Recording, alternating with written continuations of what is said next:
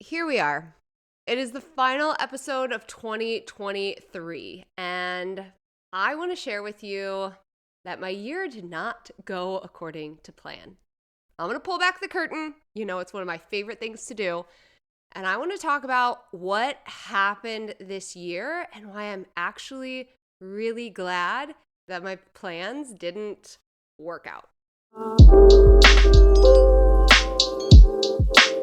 All right, this is one of my favorite types of episodes to do. I will be so honest with you. I love the feedback from these vulnerable, transparent episodes. They're my top listened to episodes, so I know that you love them as well.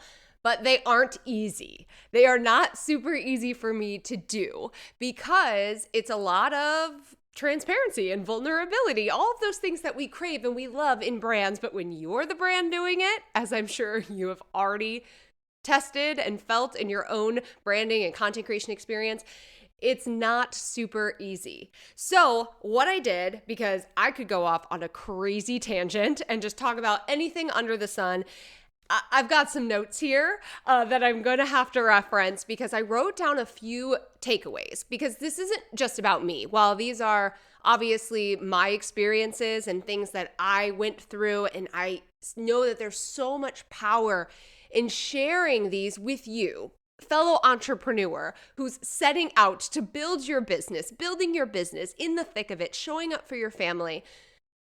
I also want to make sure that it's really valuable and you're walking away with, we'll call them lessons, we'll call them takeaways, whatever you want to call them.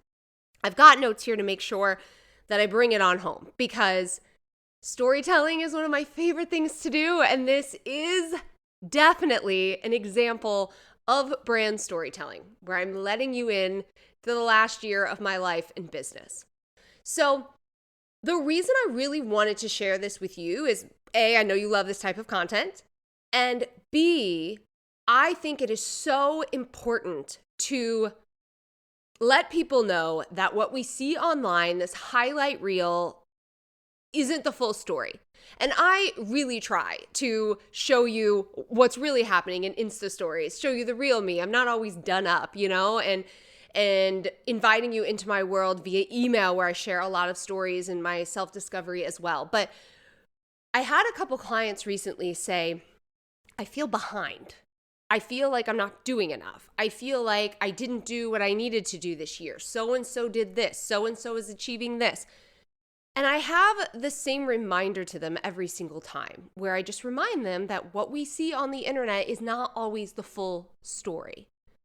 And it's my hope that when I get to share these behind the scenes look at what's happening, what worked, what didn't work, and I'm honest and transparent and vulnerable with you, that it makes you feel good, that it reminds you that we're all human, we're all doing this thing, we're all trying to create this inspiring and fulfilling and aligned life.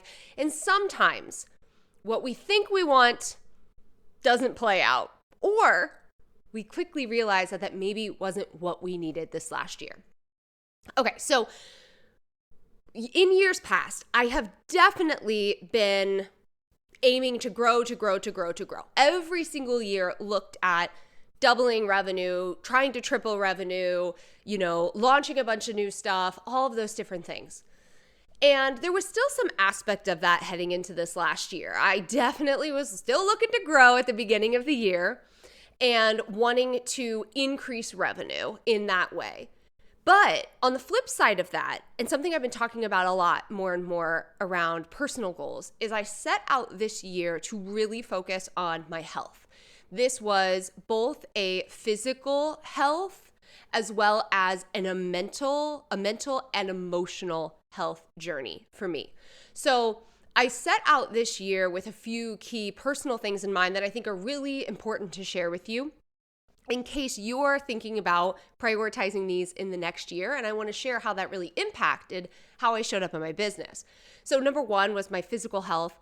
I've shared before, but I have the last year, I really struggled, 2022, with my hormone health, my hypothyroidism. All of these things kept flaring up, really making me exhausted and tired. I didn't feel good in my body. I just had no energy, which of course we know kind of plays a role in your business, right? So I wanted to set out with really improving my physical health. And my goal was really consistency in that area. I'm really proud to say that I did it. And we're at the end of the year, and like seriously, one of my most proud moments of the last year. I also was working on my emotional and mental health. And so that looked like going to therapy and starting to go to therapy regularly to regulate my nervous system, to learn about trauma and to process trauma and really understand how these patterns and things that I had were showing up in my relationships and in my life. Which also led me, which I think both kind of combined together, in really evaluating like my relationship with food and my relationship with alcohol and how that played a role. So when I tell you that there were so many changes that have been my story for so long as a human being, shifting this year, I think going into the year, I was like, well, we'll work on these things.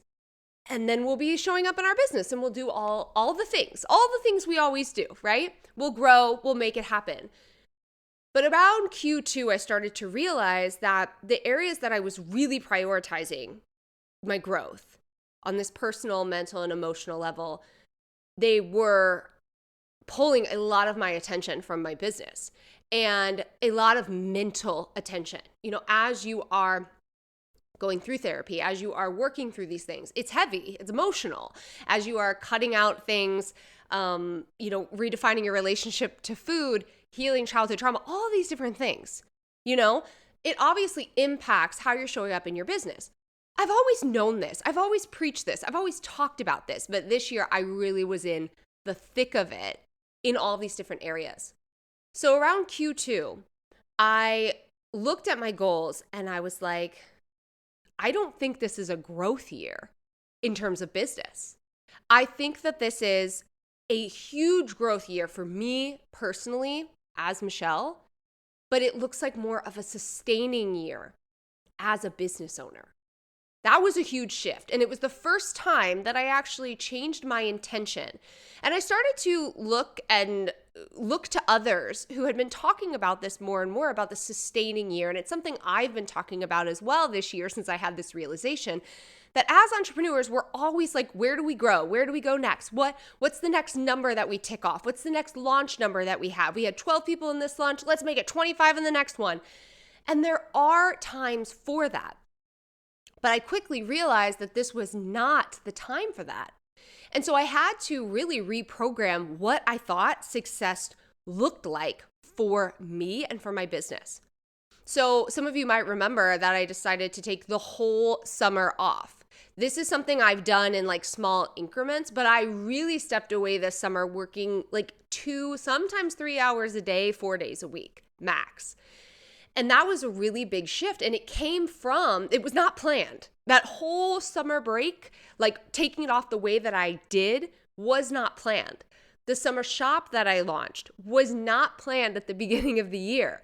So once I had this realization in Q2 that it was really focused on sustaining, that I felt like I didn't really have the energy to launch like I normally launch because I was giving to these other areas, I was able to pivot and shift my plans. And this is why I really stress the check-ins with yourself, because you are able to then make these shifts and make these changes and feel really good about it and really aligned with it in a proactive way rather than feeling super reactive. So at first I was feeling like, oh my gosh, I wanted to prioritize all these things. I didn't think they were going to take away from how I showed up in my business. And I started to feel a little bit like, is this bad? Like, is this not good? Should we not be doing this? How is this going to ultimately hurt my business overall? But I was able to reframe that after a split panic moment and realign myself and say, this was what you really wanted.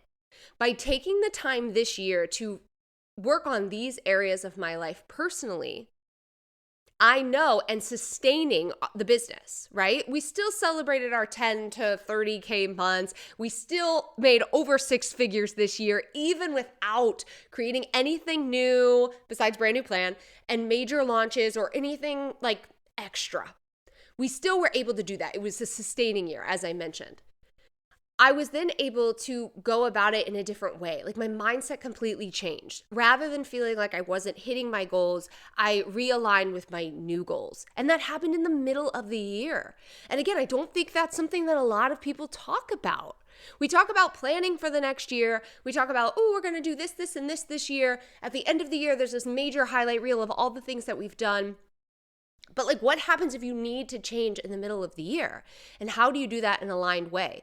Honestly, everything that I experienced this year, and there's more to come, don't worry, but everything that I experienced this year really shaped Brand New Plan. And I was so motivated to create that planning course to really teach you how to pivot in the middle of the year, teach you how to check in with yourself, teach you how to create these aligned goals. Because we go in with all of these ambitions at the beginning of the year, but it's how do you sustain those? How do you sustain that motivation? And as I mentioned, because I was able to reframe what it meant to succeed as a business owner and remind myself that the intent, the identity, the shifts that I really wanted to make, the priority was on this personal level, I was able to stay so consistent with that. I like regrounded myself in the goal, but it was not easy. So if you've ever been through any journey like this, you know, obviously, as I've already mentioned, there's a lot of emotional weight. There were a lot of hormone changes. There was all of these different things, regulating medicine. In the middle of the year around this time, I also felt like I was really tested in this area. And this is not something that I've shared previously. It's just coming out of me. I feel like I'm going to share it right now, where I had to have biopsies done because of lumps that were discovered in my breast. And I had 3 of them. And it was really scary for us. We have a huge background of cancer in our family.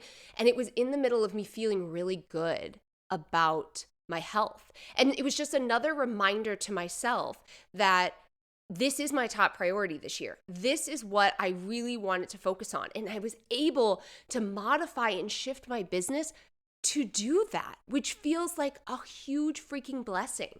And it's something I shared about previously the last year when my husband went through a really, really horrible months of being sick. And I was able to modify my business to prioritize where I was needed most. It's just this beautiful reminder that I'm just constantly blown away with how powerful it is to be a business owner and an entrepreneur, and to be able to make those decisions and prioritize your family and not have to miss out on the things that matter most to you. And I can like actually feel myself getting kind of emotional talking about it. It is why I really became an entrepreneur. It truly is. To prioritize my family, to prioritize, you know, our well-being, our quality of life. And it gives me that. It's just such a beautiful thing. Everything came back okay with the biopsy. I feel like I should have said that a couple minutes ago. I feel like you would have known by now. But it was a really scary time. And it was just another reminder that no, we are on the right path. We are doing that thing. I love when we get those signs. Right? I love when we get those signs that you've made the right decision. And it literally came about a month after I had made the decision to reframe my business and focus more on sustainability and change what my actual schedule looked like for the entire year.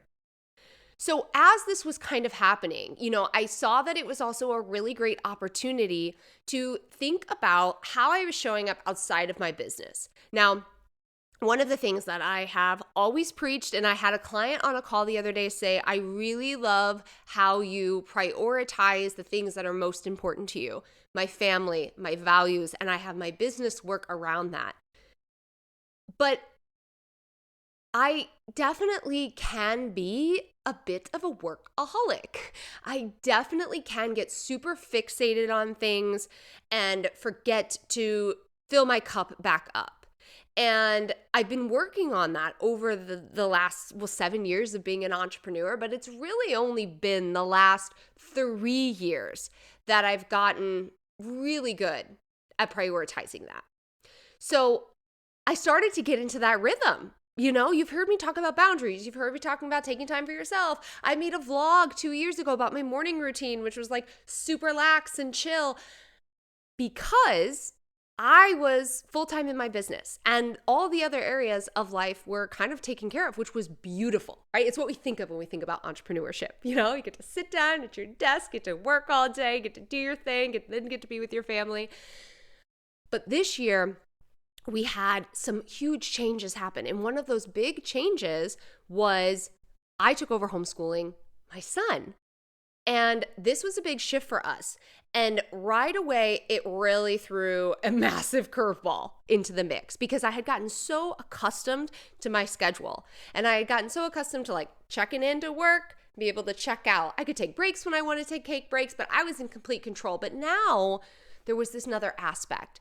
And it was so interesting. For like 2 months, I felt like have you ever seen that gif of like a dog where its head's like barely above water and it's like paddling like excessively? That's what I felt like. I was like, okay, why can I not get a grip on this new schedule? There was this weird resistance that I felt around my old schedule and how I used to do things and what the new version of me was feeling called to do. And I was like fighting it, even though I knew how to do this, right? I knew how to adjust my schedule. I knew how to show up. I've done it before. I worked a full-time job. I grew my business. I had a baby. I'd show up for live streams, but it had been so long that I had to relearn how to do it. So do you know what I did? I went back to my old content. Old version of me taught new version of me how to work on her schedule. It was really kind of fun to do. Which leads me to what my biggest takeaway was this year. One of my biggest takeaways was that time management can be fun. Time management can be a game. It can be an experiment. We think about it as something so rigid that it's restricting us in some way. That if we have this structure, this routine, that there's no room for creativity. There's no room for expansion. And when my son and I were trying to figure out, okay, what does the homeschool schedule look like? What does the work schedule look like? What does family time look like? Where does my personal time look like? I started to say, well, let's just see. Let's just play with it. Let's try this for a week and see how we feel. And then let's play with this concept for a week and let's see how we feel. It was a really beautiful way to look at creating a schedule and creating a structure that I had never done before. And it paid off. We played with some different variations, homeschool in the morning, homeschool in the afternoon, mom working and then homeschool and then working again, working here. You know what I mean? Like we played with a bunch of different things. And then we're able to say, no, this is the one that feels great. And now we're 3 months in and I'm so glad that we played. I'm so glad that we tried it out. So if you're curious on what this new schedule looks like, I'm definitely going to share it with you. So essentially the mornings, I need my slow mornings. I need to be able to slow down. And so to start slow, I guess I should say, I'm not like running in my sleep, but to start slow. And so to wake up and have breakfast, and again, I was working on my hormone health, so I feel like I eat like 3 breakfasts a day now. Have my breakfast. My workout is really important. Get ready. My son has his morning time, which is something I've been teaching him since he was younger, to have his morning routine. And then before I even think about work, log into work, check Slack, any email, any of that, homeschool happens right away. And I even got into a routine on Sunday nights when I plan out my work schedule. I now plan out our whole homeschool schedule as well. This has just worked so great. So I'm fully present. I'm able to not try and juggle a bunch of things, which again, I know this to be true, but when you're in the thick of it and the changes happen so quickly, you forget these fundamental pieces. We're able to have that time together, which is so beautiful. I'm not pulled in a million different directions. And then I'm able to shift gears and go into work mode. And now every day that does look different. I got back to bulk creating my content on Mondays because that's our most flexible day. I then went back to bulking my calls on Tuesdays and Thursdays. So it was like I went back to a lot of fundamentals from those first 2 years as a business owner that I hadn't needed to use for a really long time. And I'm really thankful. It helped in a few different ways. One, it really helped me to connect with my clients. It really helped me remember what it's like to do all the different things, to wear all the different hats in one single day. Honestly, I feel like I had gotten really removed from it because, again, the way that our dynamic had set up was like I didn't have to worry about the things that half my clients were worrying about. I was a full-time entrepreneur, and that's what I got to do. And I still am a full-time entrepreneur without the full-time hours, but it's now figuring out, what does that look like? What is the ebb and flow of that? It wasn't as simple as it was. And it has been truly amazing how I've been able to help my clients now that I have this bit of a refresh. And that's the big takeaway that I'm choosing to take into the new year, is that it is absolutely possible that when life throws you curveballs or things happen, whether they're you're doing or being done to you, that you have the power to find something that works for you and that works for your family. And if you treat it like a bit of a game out of the gate, it makes it a lot more fun than feeling super, super rigid. So a lot of the things that I did, again, back in 2016, 2017 as a business owner, I'm still doing today. And I've brought them back. And it's so fun. So think time batching, having my specific days, being flexible with my schedule. So there'll be some days, I was talking to my clients about this the other day inside of my program Roadmap to Freedom. I love to run all my errands at the same time. So that usually happens on a Wednesday. I don't know what it is about Wednesdays. I don't do a lot of work on Wednesday. I'll do a couple hours in the evening, and that's okay with me. So think about how you can make your schedule work for you, no one else. Please stop looking at like how somebody structures their day, and a template for that. It might not work for you. I told a client the other day, what I want her to do is think about all the things that she prioritizes in her life. What are the things that are most important to her in a day to day? And then look at her schedule and start to determine, how can we play an experiment with doing this on this day and this on this day? Or if this has to happen every single day, does it have to happen in the morning, the afternoon, or the evening? Play with it until you find a rhythm that works for you, because there's really no one size fits all approach.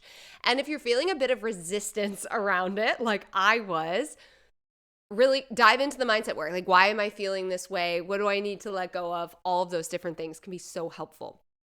So playing with time management, it can be a fun game, my friend. And I hope that you are able to experiment with that as we head into the new year, because it's something that's always coming up. Like, our schedule is always something that is top of mind. The other area that I think really served me in business, but was not planned, was how my hobbies shifted this year.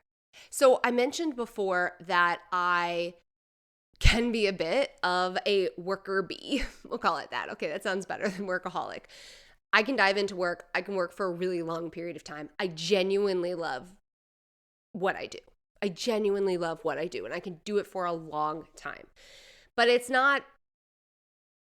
doesn't always feel like it fills me up, right? Like, there are these other areas that I have been craving tapping into. And I think it was through my emotional journey this year, through my mental journey this year, that I started to really ask myself, who am I outside of being a mother, a wife, and an entrepreneur? Because if you would have asked me how I kind of like defined myself, before that, I don't feel like I had a ton of hobbies. It was like I was doing these things. This was the role. And I took care of myself and I worked out. But like, were there things outside of my work that I was also really passionate about? Because that's what I think is kind of tricky when you build a business and you build a brand. Like I said, I genuinely love what I do. I love talking about branding. I love working with my clients. I love educating. I love creating content. I love recording podcasts like this. But these things are also all monetized, and they are my job. They are still work, right? Even though I love them. So what were those areas outside of all of that I wasn't focused on revenue and I wasn't focused on reach? And if you follow me online, you know that I definitely just fell in love with gardening. And something I've always loved, like even when we lived in the RV, we had little pots and I like grew herbs and stuff like that while we traveled across the country. But with the purchase of our home this year, I was able to really take that to the next level. And I think that opened up this new opportunity for me that is definitely going to be influencing how I show up in my business in the new year. And as I started to reconnect more with nature and feeling more grounded and learning more fundamental skills like growing my own food and preserving my own food, and I started making sourdough, and I got back into crafting, which is something that I used to do. I used to sew my own clothes and like all of these different things. I started to really pay attention to influencer culture and consumerism as a whole.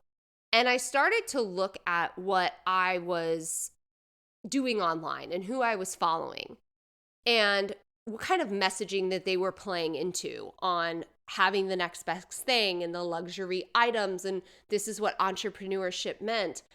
And I think there's always been this underlying current with Brandmerry that has really been sustainability, something I've talked about many times, family values, storytelling, minimalist. These are all things that have always been there. But I think in years past, I have also kind of fallen into the trap of like trying to influence others through consumerism, through having the next best thing, through you absolutely need this. And I started to redefine what that looked like for me. I even this summer took a huge break from consuming information on the internet and fell back in love with the library and just read. I read so much this year because I wasn't clouded by all of this noise. I got to dive into things that were really important to me. And so it was so interesting that what started as a way for me to,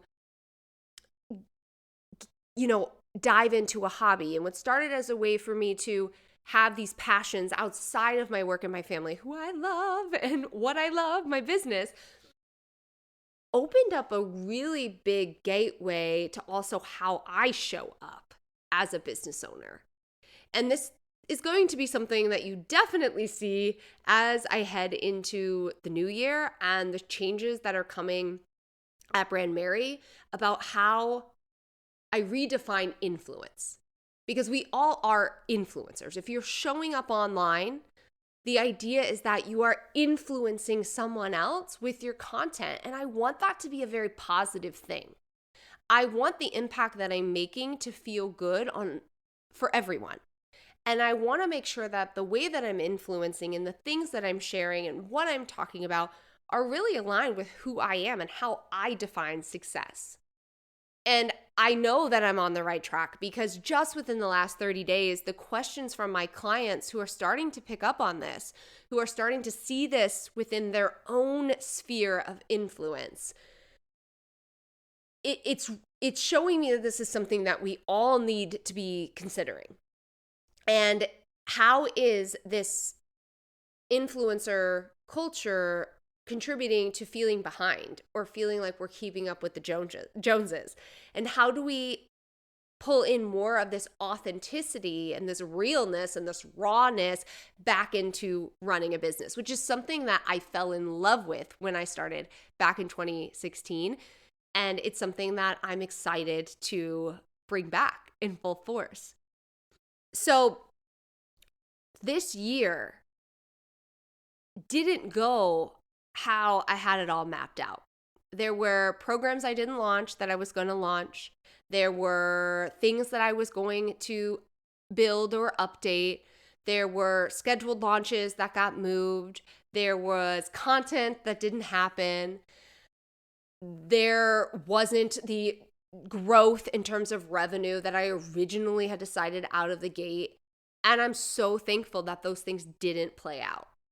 But what I'm most thankful for is that I was able to pivot.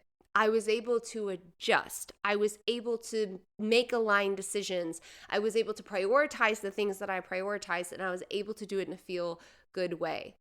celebrating a lot this year, and I really hope that you are too. And I hope that even if you didn't check every single thing off of your to-do list, or you didn't accomplish every single goal that you had set out to accomplish, that you are able to feel really grateful for what did happen and what you did do. And you're able to maybe look at some of those things that were unexpected and say, wow, what opportunity did this give me?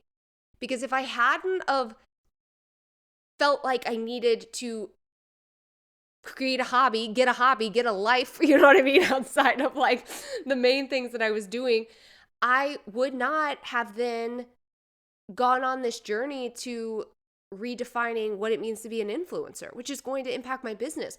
I wouldn't have then, if I wouldn't have gone on this health journey, I wouldn't have started playing tennis again, which isn't something that I had originally thought I was going to start doing every single weekend, that I hadn't played since high school. Like, there's so many things that I didn't plan for that happened that were a freaking gift. So as you begin to plan the new year, which is still something I'm doing, which is still something that I want you to do. I don't want you to go into the year and not have a single plan, but I want you to really adapt a new way of planning, a brand new plan, if you will, and figure out a way to feel really great for the whole year, feel really aligned the whole year, and not feel behind, because you're not behind. You're right on track. You're right on track, exactly where you need to be. And I hope you remember that. If you want to dive a little bit more into my planning process, which again has been built over years and years and years of entrepreneurship and planning a bunch of different ways, and what I've learned this year was a huge impact, you can go to brandmerry.com/new plan and check out the details for that. It's going to be available for you to get your hands on through mid-January, I believe. This is going to be the last episode for the Brandmerry Podcast. I'm not going anywhere, but we are introducing a new name, and I am so excited to share it with you. As of 2024, the Brandmerry Podcast will now be the Authentic Brand Builders Podcast. Authentic Brand Builders was the name of my very first Facebook group back in 2016. It has been a domain that I have held for a really long time. And as I realign to this authenticity and feel called to really support entrepreneurs in not only discovering what makes them authentic, but then sharing that with their audience in a really, really authentic and feel good way, I'm so excited to be able to radiate that through every aspect of my brand. So in January, we will be back with new episodes on the Authentic Brand Builders Podcast. We've got merch coming out. We've got a new website redesign happening. I hope you'll follow along on the journey over the next month. I'll definitely be on Instagram sharing behind the scenes of the new website and the launch and all of those different things. So I hope that you'll still connect with me there. Obviously, we've got a ton of YouTube videos, past podcast episodes, and blogs in case you need anything branding or marketing related. I'm sure you can find it over at brandmerry.com. I hope you have a beautiful end of your year. I hope that you are able to really feel grateful for the things that you have done. I hope you are able to reframe things that maybe didn't feel good, but you're now seeing that they were a blessing in disguise. And I really hope for you that you are able to feel you are able to radiate authenticity and alignment as we head into the new year. I will see you in the new year. Thank you for an amazing year. Thank you for being here. If you've purchased something from me this year, I'm so incredibly thankful for you. If you've commented on something that I've shared, if you've sent me an email, if you've listened to the podcast, if you've done it, if you've shared it with a friend, I'm so thankful for you. And I'm so excited to continue supporting you in a much bigger and impactful way in 2024.